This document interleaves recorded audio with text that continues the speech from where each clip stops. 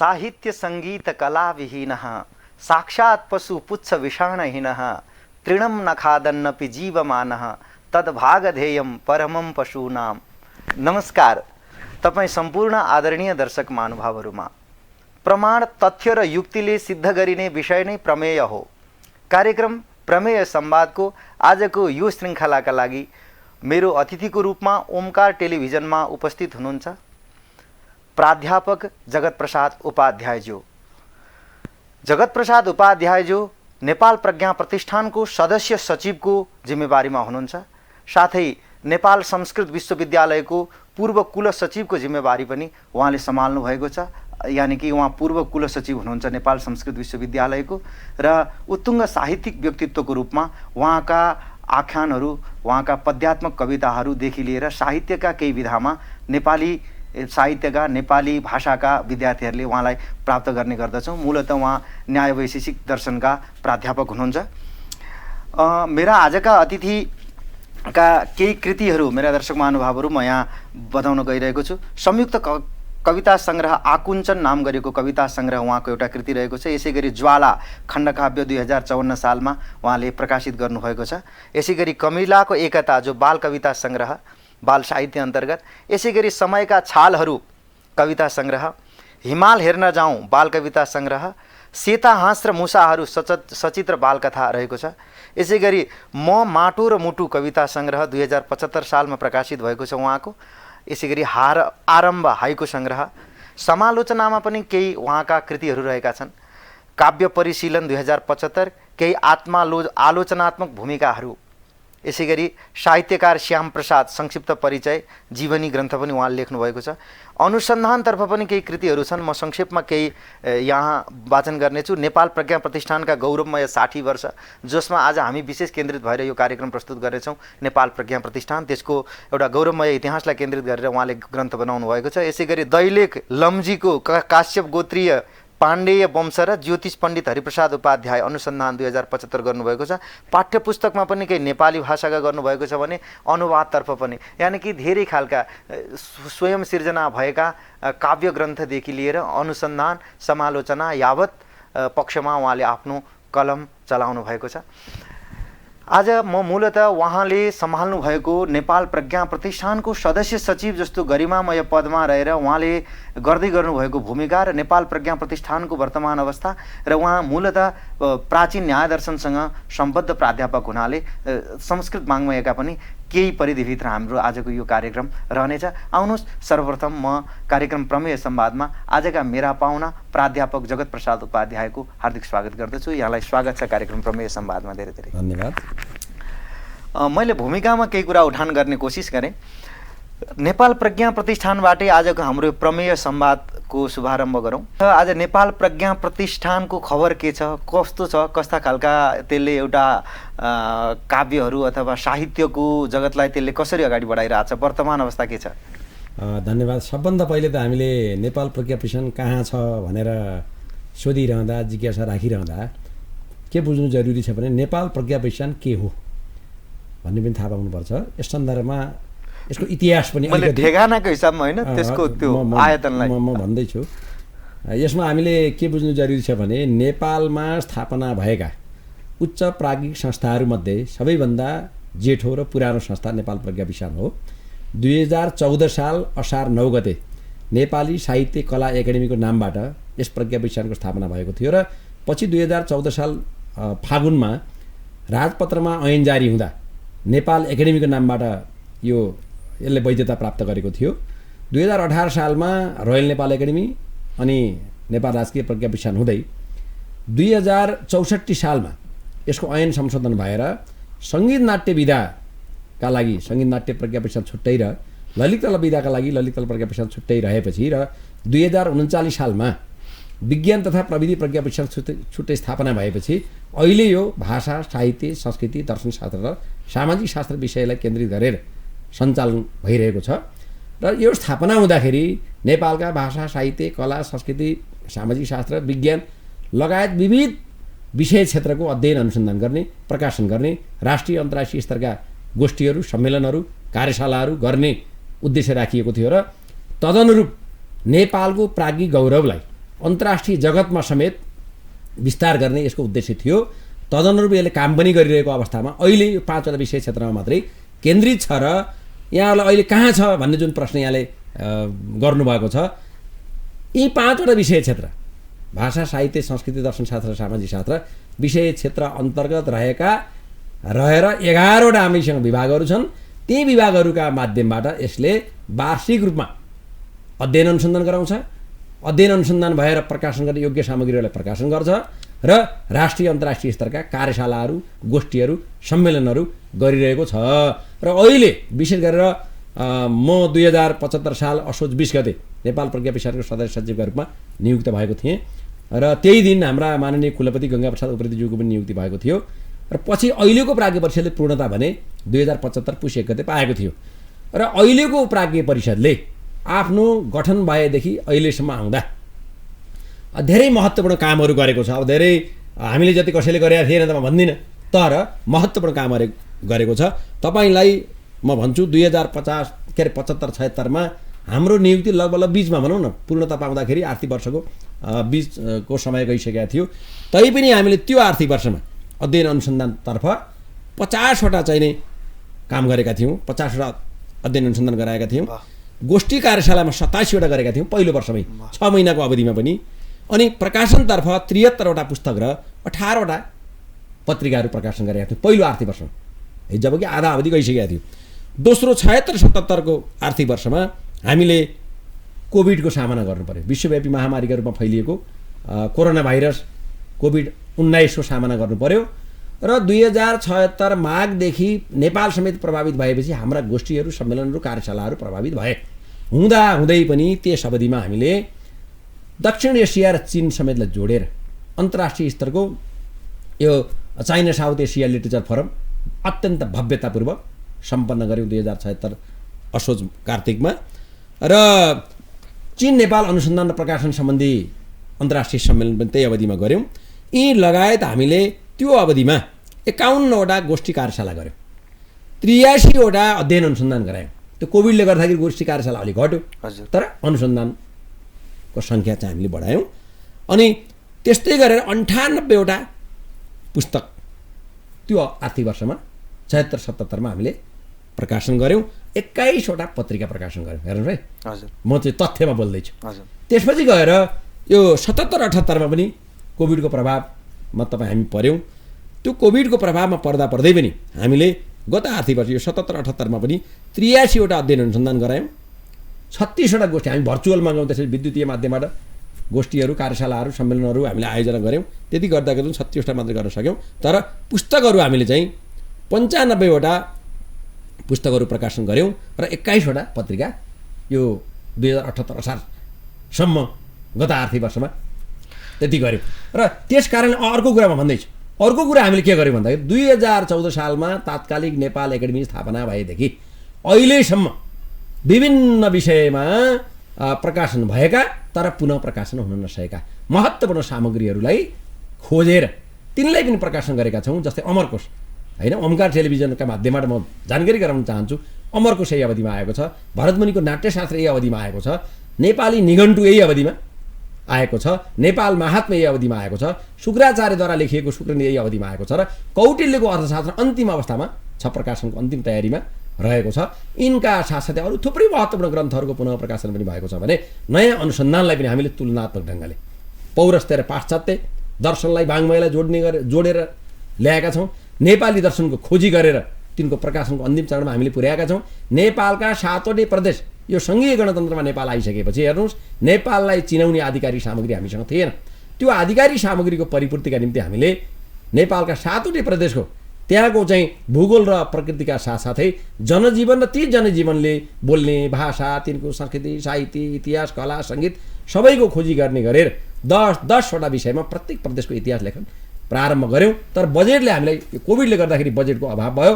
2 number प्रदेशको ग्रन्थ हामीले तयार गरेका छौँ, त्यो प्रकाशनमा आउँदैछ र यी लगायत थुप्रै महत्त्वपूर्ण कामहरू हामीले यस अवधिमा गरेका छौँ। त्यस कारणले नेपाल प्रज्ञा प्रतिष्ठान कहाँ छ भनेर खोज्नका लागि एकचोटि नेपाल प्रज्ञा प्रतिष्ठानले गरेका कामहरू हेरिदिनु पर्छ भन्ने कुरा म नेपाली वाङ्मयका, साहित्यका मात्र भन्दिनँ। नेपाल एकाडेमी अहिले साहित्यको मात्र एकाडेमी होइन, यो भाषाको पनि एकाडेमी हो, साहित्यको पनि एकाडेमी हो, दर्शनशास्त्रको पनि एकाडेमी हो र संस्कृतिको पनि एकाडेमी हो अनि सामाजिक शास्त्रको पनि एकाडेमी भएको हुनाले यो वाङ्मय भन्छ यसलाई एकाडेमी अफ लेटर्स यो चाहिँ लेटर्स एकाडेमी हो वाङ्मयको एकाडेमी हो वाङ्मयको प्रज्ञा प्रतिष्ठान भएको हुनाले यो वाङ्मयसँग सम्बद्ध सम्पूर्ण अध्येता अनुसन्धाताज्यूहरूलाई एकचोटि नेपाल प्रज्ञा प्रतिष्ठानको वेबसाइट सर्च गरिदिनुहोस् प्रज्ञा प्रतिष्ठानमा आइदिनुहोस् यसले गरेका गतिविधिहरू क्रियाकलापहरू पढिदिनुहोस् भनेर म अनुरोध गर्न चाहन्छु। हजुर होइन यहाँले धेरै राम्रोसँग आफ्नो यसका गतिविधिहरूलाई सूत्रात्मक रूपमा उठाउनु भयो।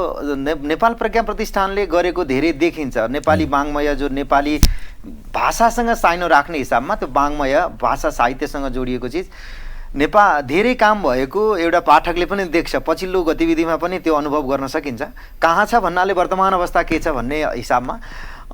अर्को कुरा नेपाल प्रज्ञा प्रतिष्ठानभित्र दर्शनको कुरा गरौँ अलिकति। मैले जहाँसम्म थाहा पाए अनुसार यहाँले एउटा नेपाली दर्शन भन्ने ग्रन्थ प्रकाशन गर्दै हुनुहुन्छ त्यसको निर्माण भइरहेछ सर्जन भइरहेछ के रहेछ नेपाली दर्शन भनेर यहाँले हाम्रो जुन पौरस्त्य दर्शन नै नेपाली दर्शन हो भन्न खोजिसकेको हो अथवा नेपाली दर्शन अलग दर्शन हो कि अथवा नेपाली दर्शन भनेर यहाँले प्रकाशोन्मुख जुन कृति छ त्यसले बुझाउन खोजेको अथवा त्यसले एउटा अध्येतालाई दिन खोजेको के हो? धन्यवाद। यहाँ के छ भने पौरस्त्य वाङ्मयको उद्गम भूमि नेपाल हो भन्ने कुरामा विवाद छैन। हिजो भारतवर्ष भनिन्थ्यो भारतवर्षभित्र अहिलेको हाम्रो नेपाल अहिलेको भारत बङ्गलादेश पाकिस्तान मालदिव श्रीलङ्का त्यति मात्र नभएर अझ थाइल्यान्ड म्यानमार होइन यी भौगोलिक क्षेत्र र यी भौगोलिक क्षेत्रमा बसोबास गर्ने जम्मैलाई भारतवर्षीय भनिन्थ्यो।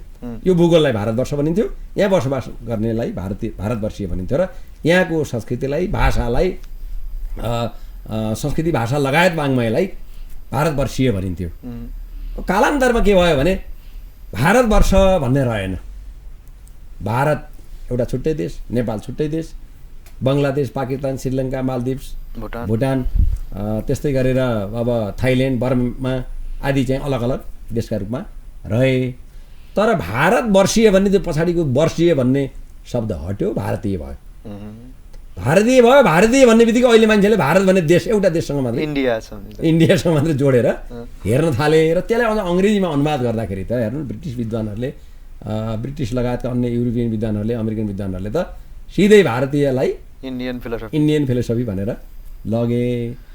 त्यसले गर्दाखेरि हाम्रो जुन पहिचान हो नि हिजो त भारतवर्षीय थियो हामी त्यसभित्र थियौँ अहिले हामी अलग राष्ट्रका नागरिकका रूपमा अलग राष्ट्रको एउटा संस्कृति भाषा को पहिचान सहित जो हामी बाँचिरहेका छौँ संसारमा हाम्रो अस्तित्व लोप हुने स्थिति देखा पर्यो। परेपछि यसको खोजी गर्नुपर्छ भन्ने ढङ्ग लाग्यो र खोजी गर्दै जाँदा अहिले पनि त्यस बेलाको भारतवर्षभित्रको जुन हिमवत खण्ड हो नि हिमवत खण्डमा नै हाम्रा प्राचीन ऋषि महर्षिहरूले धेरै लामो साधना दीर्घ साधना गरेर तपस्या गरेर यहाँका गुफाहरूमा नदी किनारहरूमा हिमालयहरूमा बसेर जुन दीर्घ साधना गरे र विचारको उत्खनन गरे विचारको निर्माण गरे। त्यही विचार निर्माण अन्तर्गत चाहिँ ऋग्वेदका कतिपय मन्त्रहरू यही भूमिमा रचना गरिएको शुक्ल यजुर्वेद सिंह यहीँ रचिएको अनि जनकपुरमा कमला नदीको किनारमा बसेर महर्षि याज्ञवल्क्यले चाहिँ तपाईँको बृहदारण्यको उपनिषद जस्तो महनीय उपनिषद ग्रन्थ रचना गर्नुभएको राजा जनकको दरबारमा राजर्षि जनकको दरबारमा नित्य रूपमा ब्रह्मसभा हुने गरेको त्यहाँ याज्ञवल्क्य गार्गी मैत्रेयी लगायत अष्टावक्र समेतले शास्त्रार्थ गरेको कुरा तपाईँ हामीले पढेका छौँ। त्यति मात्र नभएर महर्षि जैमिनीले यही भूमिमा काली गण्डकीको किनारमा तपस्या गरेर मीमांसा चाहिँ दर्शनको प्रवर्तन गरेको बादरायणले यही भूमिमा चाहिँ दीर्घ साधना गरेर वेदान्त सूत्र ब्रह्मसूत्रको रचना गरेको प्रणयन गरेको महर्षि गौतमले न्यायसूत्रको रचना जनकपुरमा अहिलेको मिथिलामा चाहिँ बसेर दीर्घ साधनाद्वारा न्यायसूत्रको रचना गरेको। अब साङ्ख्य दर्शनको प्रवर्तन कपिल मुनिले यद्यपि साङ्ख्यको विचारहरू अगाडिदेखि थिए तर त्यसलाई सूत्रबद्ध गर्ने काम चाहिँ महर्षि कपिलले यही ठाउँमा गरेको अहिलेको नेपालको भूखण्डभित्र गरेको। कौशिकी ऋषिले तपस्या गरेर साधना गरेर पवित्र तुल्याइदिएको कोशी नदी अहिले पनि वैदिक सनातनीहरूका लागि चाहिँ एउटा पुण्य नदीका रूपमा पुण्य सलिला नदीका रूपमा चाहिँ परिचित भएको। गण्डकीको सभ्यता तपाईँको पश्चिममा जाँदाखेरि कर्णालीको सभ्यता भनौँ न कौशिकी प्रसरवण क्षेत्र, गण्डकी प्रसरवण क्षेत्र, बागमती प्रसरवण क्षेत्र अनि कर्णाली महाकाली प्रसरवण क्षेत्रको चाहिँ एउटा आफ्नै किसिमको सांस्कृतिक विशेषता रहेको र त्यसका साथसाथै संसारको पहिलो प्राकृतिक दर्शनका रूपमा रहेको, प्रकृति पूजक दर्शनका रूपमा रहेको वन दर्शन। यद्यपि ऋग्वेदका कतिपय मन्त्रहरू पनि प्रकृतिसँग सम्बद्ध छन्, प्रकृति पूजासँग, प्रकृतिको वर्णनसँग सम्बद्ध छन्, तर वन दर्शनको आफ्नै विशिष्टता छ र अहिले पनि त्यसको प्रभाव नेपालको हिमालय क्षेत्रमा त्यो खस सभ्यतामा पनि आएको छ र तिब्बती मूलको चाहिँ यो भोट बर्मेली सभ्यतामा पनि आएको छ। त्यसको प्रभाव पनि अहिले पनि हाम्रोमा छ र संसारको जेठो त्यो प्रकृति पूजक दर्शन चाहिँ जेठो दर्शन हो र त्यसको त्यो उद्गम भूमि पनि यही भूमि हो। अब बुद्ध त भइ नै हाले, बुद्धले चाहिँ जुन शान्तिको मानवताको दर्शन अगाडि सारे त्यसले आज विश्व पिटेको छ। बुद्धलाई एसियाको तारा भनेका छन्, मैले धेरै ठाउँ बोलेको छु। बुद्ध एसियाको तारा मात्र होइन, बुद्ध संसारको तारा हो, विश्वको तारा हो। बुद्धलाई एसियाको तारा भनेर त साँगुर्याएको हो। त्यसो भए हामीले अब एसियाको तारामा मात्रै भनेर जानु हुँदैन, बुद्धलाई विश्वको तारा भनेर जानुपर्छ। त्यस्ता महामानव बुद्धको जन्मस्थल पनि यही भूमि हो। त्यसो भएको हुनाले अब वैदिक कालका ऋषि मुनिहरूदेखि लिएर बुद्धसम्मका चाहिँ महामानवहरूको उद्गमस्थल, जन्मस्थल र तिनका चिन्तनहरूको चाहिँ एउटा प्रवर्तन भूमि, प्रणयन भूमि पनि यही ठाउँ भएको हुनाले त्यस बेलाका चिन्तनहरूका साथसाथै दर्शनहरूका साथसाथै अहिले पछिल्लो चरणमा नेपालको जुन पहिचान भनेको छ बहुजातीय, बहुधार्मिक, बहुसांस्कृतिक, बहुभाषिक विशिष्टताको देश भनेर हामी जुन नेपाललाई चिनाइरहेका छौँ त्यो यथार्थ पनि हो। त्यसलाई समेत केन्द्रमा राखेर हरेक जात जातिका त आफ्नो विशेषता छन् नि। तपाईँले जात जातिका मात्र कुरा छैन, जस्तै किराँत मुन्धुमको चाहिँ आफ्नै दर्शन छ। त्यहाँभित्र पनि लिम्बूको छुट्टै छ, राईको छुट्टै छ। तिनका सृष्टि मान्यताहरू छन्, तिनका चाहिँ ज्ञानसँग सम्बद्ध मान्यताहरू छन्, तिनका आचारसँग सम्बद्ध मान्यताहरू छन्।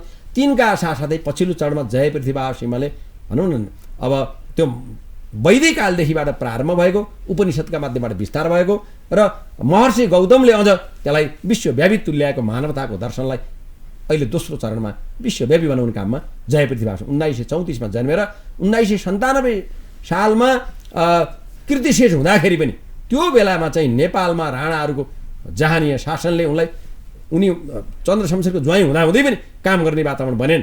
नबनेपछि भारतको बेङ्गलोरमा ह्युम्यानिस्टिक क्लबको स्थापना गरेर विश्वव्यापी भ्रमण गरेर राष्ट्रमण्डलको अवधारणा, अहिलेको संयुक्त राष्ट्रसङ्घको गठन हुनुभन्दा अगाडि राष्ट्रमण्डलको अवधारणा ल्याएर विश्वमा मानवताको प्रचार गर्ने काम जय पृथ्वीबास सिंहले गरेका थिए।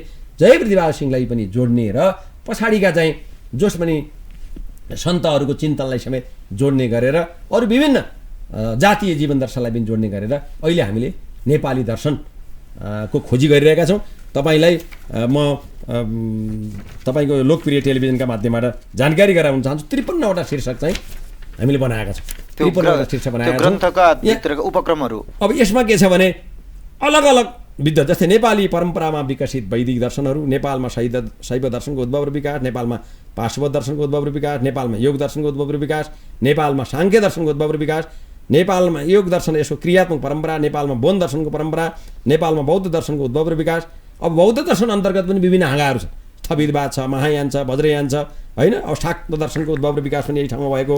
अनि न्याय दर्शनको उद्भव र विकास, वेदान्तको मैले अघि भनिहालेँ, मीमांसाको भनिहालेँ, यी लगायत अरू तमाम चाहिँ जातीय मुन्दुम दर्शन, त्यस्तै गरेर योग अन्तर्गत विभिन्न योगहरू छन्। नाथ योग दर्शन छ, अब मष्ट परम्परा छ। अघि मैले भने वन दर्शनबाट बढी प्रभावित छ मष्ट परम्परा, तर त्यसले खस जातिको आफ्नै पहिचान चाहिँ बोकेर हामीले प्रभावित गरिरहेको छ। अहिले खस जातिका मान्छेहरू संसारभरि जुनसुकै देशमा छरिएर रहेका भए पनि त्यहाँ मष्टको प्रभाव छ, त्यसको चिन्तनको प्रभाव छ। त्यो लोक दर्शनका रूपमा त्यहाँ लिनुपर्छ भनेर हामीले गरेका छौँ। वेद र उपनिषदहरूमा नेपाल विषय चिन्तन, नेपालमा शान्तिको दर्शन, उद्भव र विकास लगायतका थुप्रै चाहिँ नि, जस्तै मगर जातिको जीवन दर्शन, गुरुङ जातिको जीवन दर्शन, थारू जातिको जीवन दर्शन, शेर्पा जातिको जीवन दर्शन, लिम्बू जातिको जीवन दर्शन, अनि त्यस्तै गरेर तपाईँको यो वैष्णव दर्शन, नेपालमा वैष्णव दर्शनको परम्परा, सिख दर्शनको परम्परा, नेपालमा इस्लाम दर्शनको परम्परा, सिद्ध सन्त दर्शनको परम्परा, अब खस जातिको जीवन दर्शन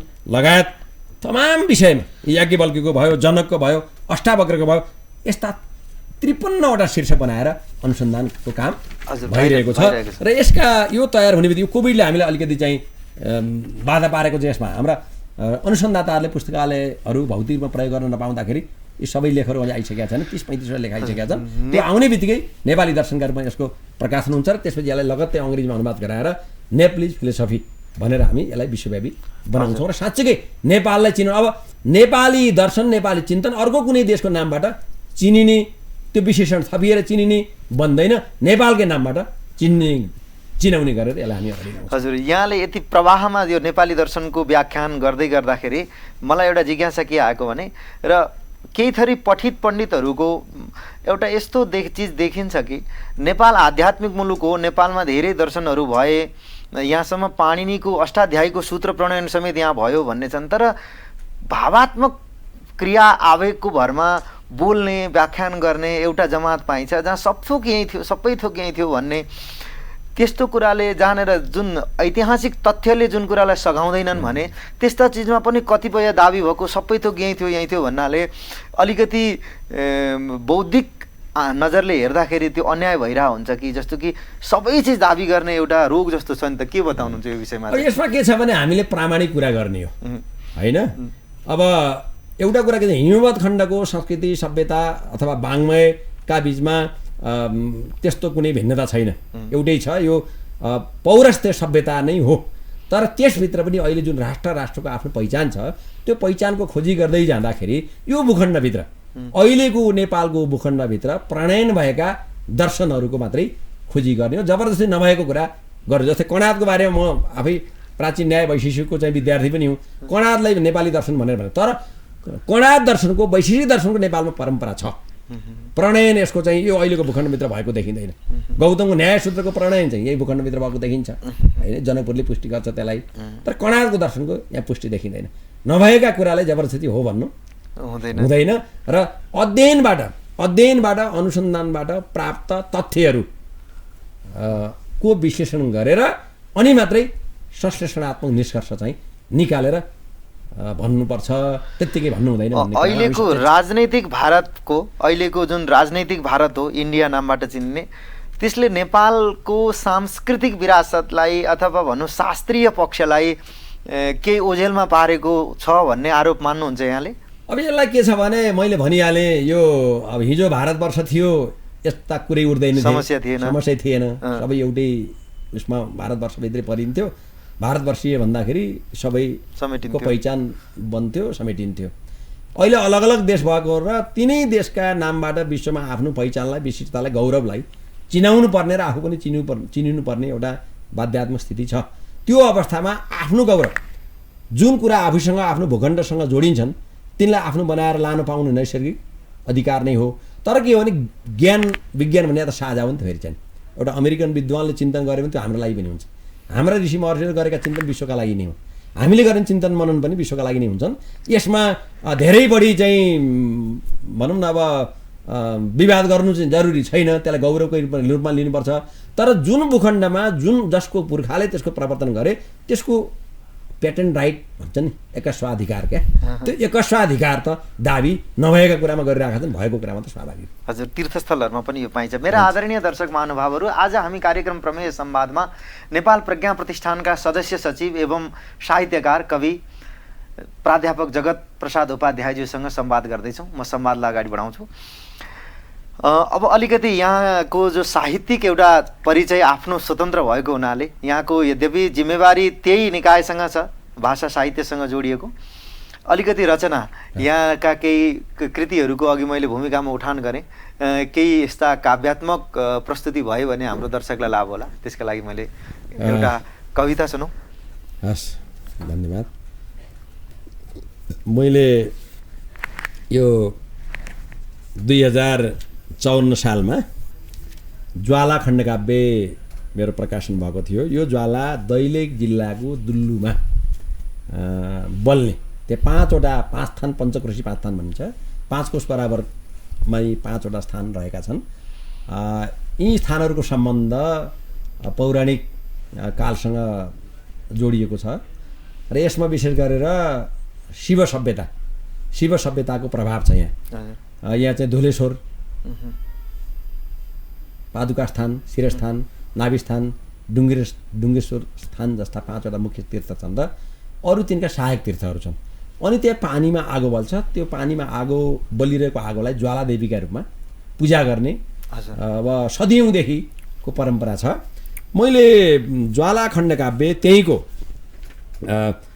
भूगोललाई, संस्कृतिलाई, प्रकृतिलाई लिएर लेखेको थिएँ र शङ्कराचार्यले पनि त्यस क्षेत्रको भ्रमण गरेको कुरा हाम्रा सांस्कृतिक इतिहासका पुस्तकहरूमा आदि शङ्कराचार्यले। मैले केही त्यसका 4-5वटा श्लोक चाहिँ म सुनाउन चाहन्छु। यात्री भइकन धरतीको यही बाटो बिचाउने, ब्रह्म योग लगाएर भक्तिको रस पाउने, शङ्कराचार्यका मानौ शान्त पीयूष भावना, छन् कि बिम्बित यही भूमि भित्र ती नित्य चाहना, हरि शङ्कर यात्रा वा सिद्ध्याएर सबैतिर। या पृथ्वी मल्लले पनि त्यहाँको यात्रा गरेका थिए, त्यसको नामले हरिशङ्करी यात्रा नाम दिएका थिए।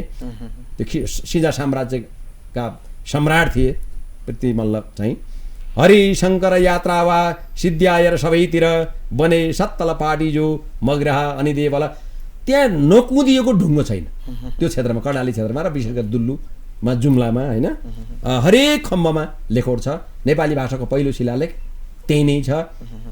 अनि देवलहरू, काठमाडौँका जत्तिकै पुराना देवलहरू त्यहाँ अहिले पनि रहेका छन्। दैलेको भुर्तीमा अहिले पनि 22वटा देवल त्यो विश्व सम्पदा सूचीमा सूचीकृत गर्नका निम्ति सिफारिस गरिएका छन्। अनि ढुङ्गेधाराहरू कति हुन्, कति ढुङ्गेधारालाई मग्राह भनिन्छ। हिउँदो तातो वर्षा चिसो मग्राहको पानी, सुख धेर दुःख धेर सज्जनको बानी। मग्राह भनेको मकर आश्चर्य भने, मकर भनेको गोहीको जस्तो, आश्चर्य भनेको मुख भएकोलाई मग्राह भनिएको हो। त्यसैले हरि शङ्कर यात्रा वा सिद्ध्याएर सबैतिर बने सत्तल पाटीजु मग्राह अनि देवल, छन् कलाका नयाँ रूप म व्यक्त कसरी गरौँ, धन्य हौ पृथ्वी मल्ल धन्य तिम्रो कलाहरू। पृथ्वी मल्लकै पालामा चाहिँ यो सबै सांस्कृतिक सम्पदाको निर्माण भएको थियो। राजधानी बनाएर यही भूमिलाई सुम्पियौ, सिजा साम्राज्यमा आफू प्रेम भइकन पोखियौ, हाँस्यो बुद्ध सबैभित्र शिवमै मुस्कुराउँदै, समन्वय नयाँ छायो तिम्रै सद्भाव पाउँदै। हरेक शिलालेखको सुरुमा ओ मणिपद्मे हुँ भनेर ओमले, ओमकार सभ्यताको, शैव सभ्यताको द्योतन गर्छ भने मणिपद्मे हुमले बौद्ध सभ्यतालाई सङ्केत गर्छ। त्यो समन्वय भाव त्यहाँ थियो। छन् प्राचीन सयौं वर्ष यी कला कल्पनाहरू, ढुङ्गामा मूर्तिएका छन् सुनौला सिर्जनाहरू, जति हेऱ्यौ निहालेर सौन्दर्य उति नूतन, शिल्पमा रूप वैचित्र्य अर्कै आकार अङ्कन, कलाई यतिका रम्य मनैमा शिल्पी यसरी, मनैमा रूप उब्जाई मनैमा कल्पी यसरी, छ जिन्दगी नयाँ आज कलामै सिर्जिए यसरी, कलाकै चारुचर्यामा कलै भई अर्पिए यसरी, त्यही कलाभित्र हाँसेर भाषा भूषण देशको झुल्कियो पहिलो झुल्का, यही माटोमा हिमालको शिलामा कुदी मिठो, शैलीमा सुमनोहर अभिलेख पनि अहिले बोल्दैछन् काव्य निर्झर, सबै ढुङ्गा सबै खम्बा भाषाले नै सुशोभित, छन् साहित्य सँगालेर रहेका कविजै सब, थियो यो सभ्यताको कि विश्वकै पहिलो थलो, पर्यो हो कि यही ठाउँ मान्छेको आदि पाइलो, सधैँ पाण्डितका चर्चा भए थे कि यहीँ पर, ज्ञान विज्ञानका धारा भए थे कि त निर्झर, कालिदास यहीँ आई खुल्यो कि दिव्य चेतना, पाए भारवीले यद्वा यहीँको काव्य कल्पना, कवित्व नै सबैभित्र लहराइरहे यसरी, सिर्जना नै सबैभित्र फहराइरहेसरी, तीर्थ जात्रा भनी सारा कवि सम्मेलनै गरी, न्याउल्या गीत डेउडामा रन्क्यो कि काव्य बेसरी, झोडा मागल रन्केवा दुनियाँका घरै घर, घन्केवा सुरिलो हुड्को बाजा बनेर थरथर, बिर्सित्यो मागो जाडो लागेका छन् त्यतैतिर, युवा युवतीका ताती रमाएर त्यहीँ पर, अथवा छैठको निम्तो दिइत्यो दमाहा बज्यो, धमारीको नयाँ भाका रनको भई दिलमा पस्यो, सबै गदगदाएर के बुढा के त बालक सजिएर त्यतै लागे, पोख्दै पिउ सबै भव। यस्ता चाहिँ त्यहाँको विशेषता छ। यिनै विशेषतालाई मेरो यो खण्डकाव्यका यी पङ्क्तिका माध्यमबाट यहाँ मैले प्रस्तुत गरेको छु। ठोकी मादल गाउँ कि भावै गीतमा रची, डेउडा खेल लगाउँ वा पुसको 15 झैँ गरी, जुवालामा लगाउँ वा, जुवाला भनेको ज्वाला, जुवालामा लगाउँ वा जुवारी नव प्रेमको, गरौँ जात्रा यिनै मेरा पादुका शिर थानको। हजुर, यहाँले 2054 सालमै आज यहाँहरूले जुन काम गर्दै हुनुहुन्छ नेपाली दर्शन, त्यो आफ्नो कवितामा करिब करिब उभेलै पोख्नु भएको रहेछ यहाँले। अलिकति यहाँले योभन्दा अगाडि सम्हाल्नु भएको जिम्मेवारीमा थोरै चर्चा गरौँ। नेपाल संस्कृत विश्वविद्यालयको यहाँ प्राध्यापक हुनुहुन्छ। त्यहाँको कुल सचिव जस्तो एउटा उत्तुङ्ग जिम्मेवारी यहाँले सम्हाल्नुभयो। आज संस्कृतमा काम गर्दै गर्दा अलिकति संस्कृततर्फ भनौँ प्राचीन वाङ्मयतर्फ विश्व अलिक फरक ढङ्गले गइरहेछ, अलिकति त्यसमा आकर्षण बढ्दो देखिन्छ गतिविधिहरूले पनि। यो कुरालाई वैश्विक आवश्यकतालाई आकर्षणलाई क्यास गर्ने भन्छन् नि, त्यसको लाई लिन चाहिँ अधिग्रहण गर्न किन संस्कृत विश्वविद्यालय चुकेको छ, अथवा यहाँहरूले त्यसको माथिल्लो स्तरको कर्मचारी हुँदा कस्तो अनुभव गर्नुभयो? अब कर्मचारी भन्दा पनि पदाधिकारी भन्नु पर्ला होइन। पदाधिकारी मलाई के लाग्छ भने संस्कृत वाङ्मय मैले विभिन्न कार्यक्रमहरूमा बोल्दाखेरि विश्वविद्यालयको व्यवस्थापकीय नेतृत्वमा रहँदाखेरि पनि भन्ने गरेको छु, शिक्षा उच्च तर व्यवस्थापन त्यति उच्च हुन फितलो नसकेको हामी सबैलाई भन्नुपर्छ। मैले अर्कालाई भन्ने म चाहिँ मेरो व्यवस्थापन राम्रो थियो अरूको कमजोर थियो भन्न मिल्दैन होइन। व्यवस्थापन गर्न नजानेको भन्ने लाग्छ। संस्कृत शिक्षाका बारेमा संस्कृत वाङ्मयका बारेमा संसारमा कसैले पनि कसैलाई आग्रहवश पूर्वाग्रहवश संस्कृत शिक्षालाई जातसँग जोडेर लिङ्गसँग जोडेर कुनै एउटा भूगोलसँग जोडेर यसको अवमूल्यन गर्ने काम कसैले गर्यो होला, तर प्रमाणसहित आधिकारिक ढङ्गले कुनै विद्वानले अहिलेसम्म यसलाई अवमूल्यन गर्न सकेको छैन। र विशिष्ट विद्वानहरू चाहे ती युरोपका विद्वानहरू हुन्, चाहे अमेरिकाका विद्वानहरू हुन्, चाहे भारतवर्षकै विद्वानहरू भनौँ, नेपालका भारतका विद्वानहरू हुन्, चाहे चिनिया विद्वानहरू रुसी विद्वानहरू सबैले संस्कृत उच्च प्रशंसा गरेकै पाइन्छ। र यहाँले भने जस्तै अहिले विश्वव्यापी एउटा लोकप्रिय विषय क्षेत्रका रूपमा संस्कृतको चाहिँ प्रभाव बढ्दो पनि छ। तर हामीले नेपालमा के गर्यो भन्दाखेरि त्यसलाई क्यास यहाँले अघि भन्नुभयो क्यास गर्न नसकेकै हो भन्ने लाग्छ। हामीले व्यवस्थापन गर्न जानेनौँ र संस्कृतलाई एउटा त के गरियो भन्दाखेरि यो नेपालमा जुन उड आयोग बन्यो त्यो उड आयोगले संस्कृतलाई अलिकति अवमूल्यन गरेर ल्याएर 2028 सालको नयाँ शिक्षा आइसकेपछि संस्कृतको समूल भनौँ जरै समेत चाहिँ उखेल्ने गरेर त्यो नयाँ शिक्षा पद्धतिको योजना आयो। त्यसपछि संस्कृत कमजोर भयो। यद्यपि अहिले पनि राज्यले लगानी नगरेको भन्न मिल्दैन, एउटा विश्वविद्यालय स्थापना गरिदिएको छ होइन, लगानी पनि गरेको छ। तर के हो भने जरा बिना त हाँगा र पात त रहँदैन नि त होइन। कुनै पनि वृक्ष चाहिँ एउटा जीवित अवस्थामा रहनका निम्ति त त्यसका जरा पहिले ठिक हुनु पर्यो। जरा ठिक भएपछि अनि हाँगा पातहरू आफै ठिक हुन्छन्, ती हरियालीयुक्त हुन्छन्, अत्यन्तै सजीव अवस्थामा रहन्छन्। हाम्रो संस्कृत शिक्षाको जरा भनेको विद्यालय शिक्षा थियो। विद्यालय शिक्षालाई अब हाम्रो राज्यकै तहबाट भनौँ त्यसलाई चाहिँ बलियो बनाइएन र अब बिचमा आएको थियो 7-8 सम्म मात्रै पढ्न पाइने, 9-10मा थिएन होइन। त्योभन्दा माथि चाहिँ विश्वविद्यालय स्थापना छ, उत्तर मध्यमादेखि चाहिँ संस्कृतको पठन पाठन हुने व्यवस्था गरिएको छ, त्यहाँ जोड्ने चाहिँ तलको आधारभूत भएन। अनि फेरि अर्को द्वन्द्वकालमा भएका संस्कृत माध्यमिक विद्यालयहरू पनि तिनलाई पनि मासियो, त्यहाँबाट संस्कृतलाई जबरजस्ती चाहिँ हटाउने काम गरियो। अब अहिले पनि त्यसको प्रभाव छँदैछ र यस्तो अवस्थामा संस्कृतको व्यवस्थापकीय जिम्मा लिने अब व्यक्तिहरूले पनि राज्यको तहमा त्यसलाई पहुँच पुर्याउन नसक्यो भनौँ, कन्भिन्स गर्न नसकेको, राज्यको नेतृत्वलाई कन्भिन्स गर्न नसकेको अवस्था छ। र राज्यले नै पनि संस्कृत अपरिहार्य हो, आवश्यक हो, विश्व यसप्रति आकर्षित छ भन्ने जान्दै वा कतिपय अवस्थामा थाहा नपाएर वा व्यवस्था गरेर त्यसलाई जोड्न सकिरहेको स्थिति छैन। त्यस कारणले विद्यार्थीको आकर्षण नेपालमा भनेको मैले विश्वमा बढ्दो छ, यहाँ चाहिँ बढ्न सकेको छैन। नम्बर 1। नम्बर 2 के छ भन्दा हामीले संस्कृत शिक्षालाई पूर्ण रूपमा निःशुल्क गर्यौँ। पूर्ण रूपमा निःशुल्क गर्नु पनि कमजोरी थियो कि भन्ने मलाई लाग्छ। हाम्रो समाजमा अहिले पनि हेर्नुहोस् सिद्धिमा दिएको कुरालाई महत्त्वका दृष्टिले हेरिँदैन क्या। तपाईँले डिएभी सुशील केडिएमा गएर चाहिँ महिनाको भनौँ 10,000 15,000 शुल्क तिर्दिएर पढ्दा त्यहाँ संस्कृत पढ्दा गौरवबोध गर्ने, वाल्मिकी विद्यापीठमा या पिण्डेश्वर विद्यापीठमा या जनता विद्यापीठमा या अरू कुनै विद्यापीठमा या कुनै गुरुकुलमा सिद्धिमा खान पाएर बस्न पाएर पढेको शिक्षालाई अवमूल्यन गर्ने चाहिँ प्रवृत्ति हाम्रोमा बढी छ।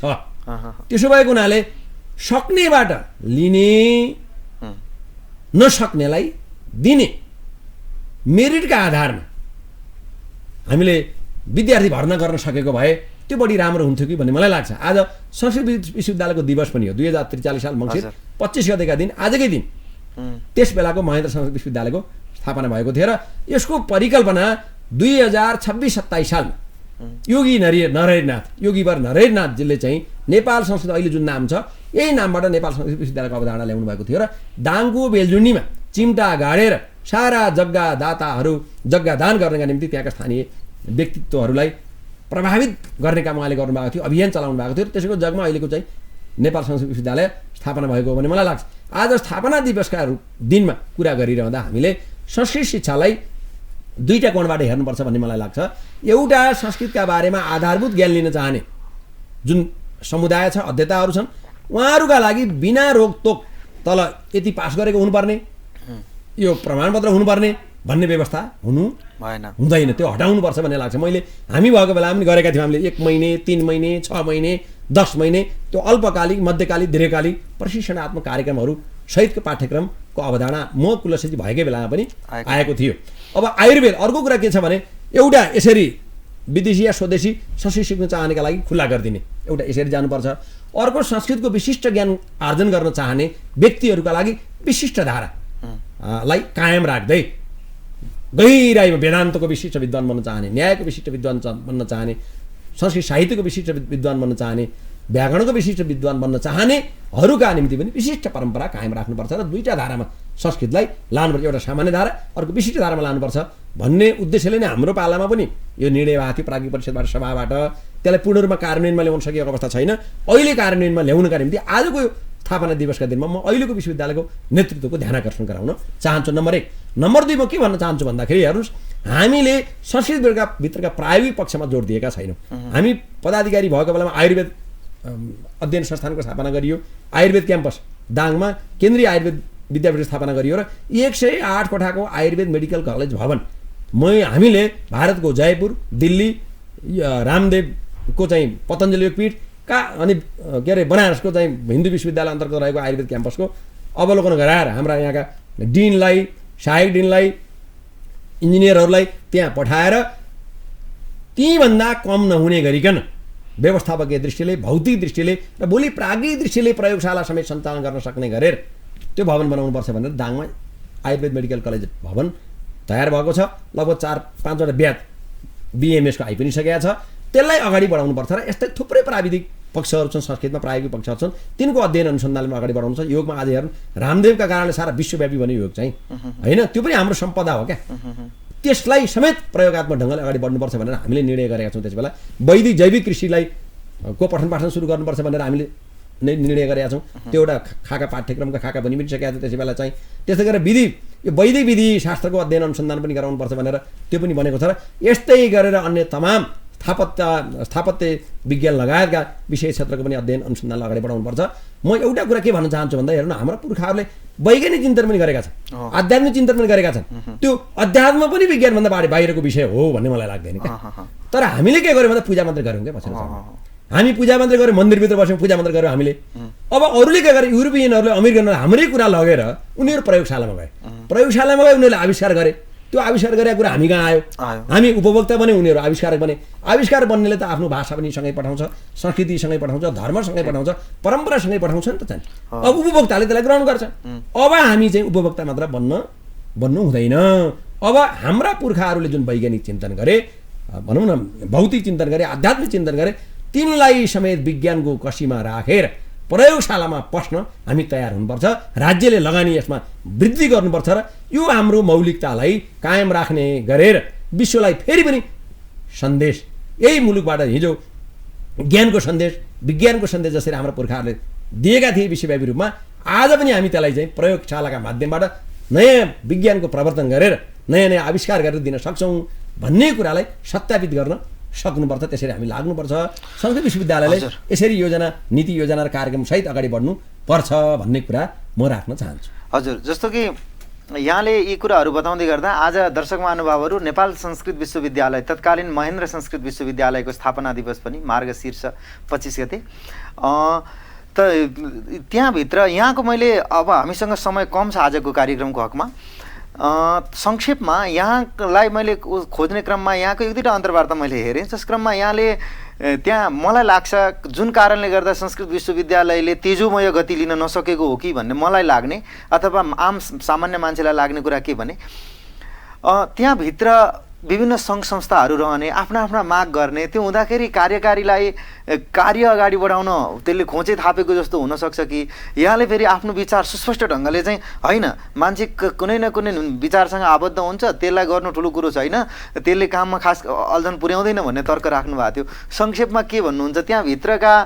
जो त्यहाँ आबद्ध मान्छेहरूको आफ्नो राजनैतिक निष्ठाले गर्दाखेरि त्यसको तगारा बनेर काम हुन नसकेको कुरा मान्नुहुन्न मैले यसलाई कसरी हेर्ने गरेको छु भने संक्षेपमा मैले यो राजनीतिलाई कहिले पनि बाधक ठान्दिनँ म सैद्धान्तिक रूपमा है राजनीति भनेको विचार हो विचार बिना त कुनै काम गर्नै सकिँदैन नि त तपाईँ हामी यहाँ कहिले केले आयौँ अहिले हामीले विचारले जोड्यो उद्देश्यले जोड्यो नि त होइन विचार बिनाको उद्देश्य त बन्द हुँदैन नि त्यसैले राजनीति भनेको विचार हो राजनीतिले नै देश चलाउँछ विश्व चलाउँछ राजनीतिलाई गलत ढङ्गले प्रयोग गर्नु हुँदैन हामीले कहिलेकाहीँ गलत ढङ्गले प्रयोग गऱ्यौँ कि त्यो गलत अभ्यासमा हामी गयौँ कि भन्ने मलाई लाग्छ जति पनि सङ्घ सङ्गठन खुलेका छन् अहिले पेसागत हक हितका नाममा अथवा वैचारिक सङ्गठनका नाममा तिनको पनि एउटै उद्देश्य के हुनुपर्छ भने कुनै पनि संस्थालाई या राष्ट्रलाई निर्माण गर्ने उद्देश्य हुनुपर्छ क्या त्यो राष्ट्र निर्माण गर्ने निम्ति संस्थाको निर्माण गर्ने निम्ति त्यसले बाधकको भूमिका खेल्नु हुँदैन मैले त्यो भनेको थिएँ कतै भने जस्तो लाग्छ साधकको भूमिका खेल्नुपर्छ साधकको भूमिका खेल्दा जति सङ्गठन भयो भने जति नेता भयो भने केही फरक पर्दैन तर संस्था निर्माणमा राष्ट्र निर्माणमा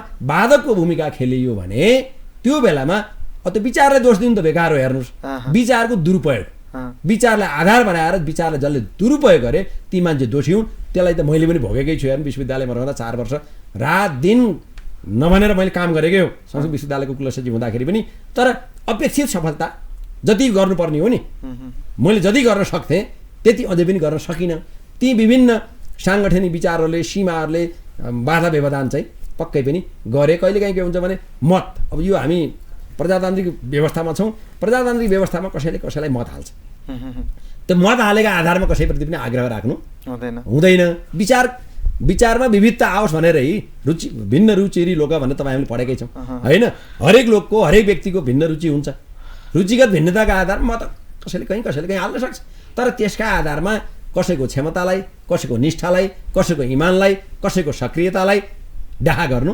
हुँदैन काम गर्न सक्ने मान्छेलाई काम गर्न दिनुपर्छ र कार्यको जिम्मेवारी लिएको मान्छेले पनि सबैको अभिभावक भएर सबैलाई समेटेर संस्थालाई केन्द्रमा राखेर काम गर्नुपर्छ तर हामी कहाँ चाहिँ के छ भने संगठनका नाममा व्यवधान गरिन्छ हुने गर्दछ त्यो खराब कुरा हो त्यो विचारले गराएको होइन व्यक्तिको तुच्छ प्रवृत्तिले तुच्छ स्वार्थले गराएको हो भन्ने मलाई लाग्छ हजुर धेरै विषयमा आज हामी छर्यौँ कार्यक्रमको निर्धारित समय सिद्धिया छ यहाँले अन्तिममा केही भन्नै पर्ने कुरा जो मेरो प्रश्नमा छुट्यो भने संक्षेपमा राख्नुहोला र यहाँले जुन यो कार्यक्रम प्रमेय संवादको लागि ओमकार टेलिभिजनलाई आफ्नो व्यस्तताका बिचको समय र यो स्नेह र सद्भावका लागि हामी बलिहार छौँ यहाँलाई धेरै धेरै धन्यवाद ज्ञापन गर्न चाहन्छौँ यहाँलाई पनि धेरै धेरै धन्यवाद छ ओमकार टेलिभिजनको यो लोकप्रिय प्रमेय संवाद कार्यक्रममा मलाई आमन्त्रण गर्नुभयो नेपाल प्रज्ञा विज्ञान जहाँ म अहिले सदस्य सचिवका रूपमा र त्यहाँको दर्शनशास्त्र विभाग प्रमुखका रूपमा कार्यरत छु सेवारत छु त्यस संस्थाका बारेमा दर्शनशास्त्रकै बारेमा नेपाली दर्शनका बारेमा अनि म कार्यरत रहेको अहिले पनि प्राध्यापकका रूपमा म संस्कृत विश्वविद्यालय अन्तर्गतै छु काजमा मात्रै नेपाल प्रज्ञा विज्ञानमा हुँ त्यो विश्वविद्यालयको पूर्व कुलसचिवका नाताले र त्यहाँको वर्तमान प्राध्यापकका नाताले विश्वविद्यालयका बारेमा संस्कृत शिक्षाका बारेमा जुन जिज्ञासाहरू यहाँले राखिदिनु भयो मैले त्यसका बारेमा आफूलाई लागेका धारणाहरू अभिव्यक्त गर्ने जुन अवसर प्राप्त गरेँ यसका निम्ति यहाँलाई र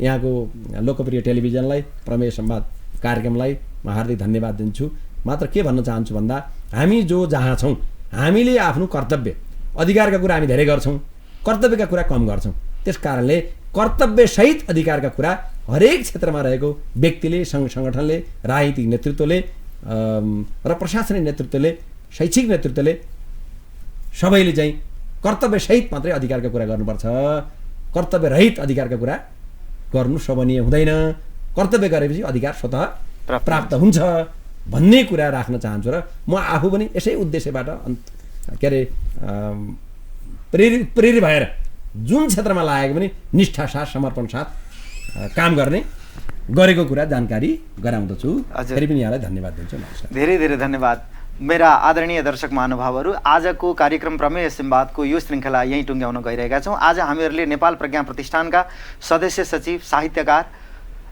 प्राध्यापक जगत प्रसाद उपाध्यायजीसँग केही भलाकुसारी गऱ्यौँ। उहाँ नेपाल संस्कृत विश्वविद्यालयका पूर्व कुलसचिव समेत हुनुहुन्छ। उहाँलाई धेरै धेरै धन्यवाद दिँदै म आजको यो कार्यक्रम यहीँ टुङ्ग्याउन गइरहेको छु। यहाँहरू सबैको भलाइ होस्। धन्यवाद। नमस्कार।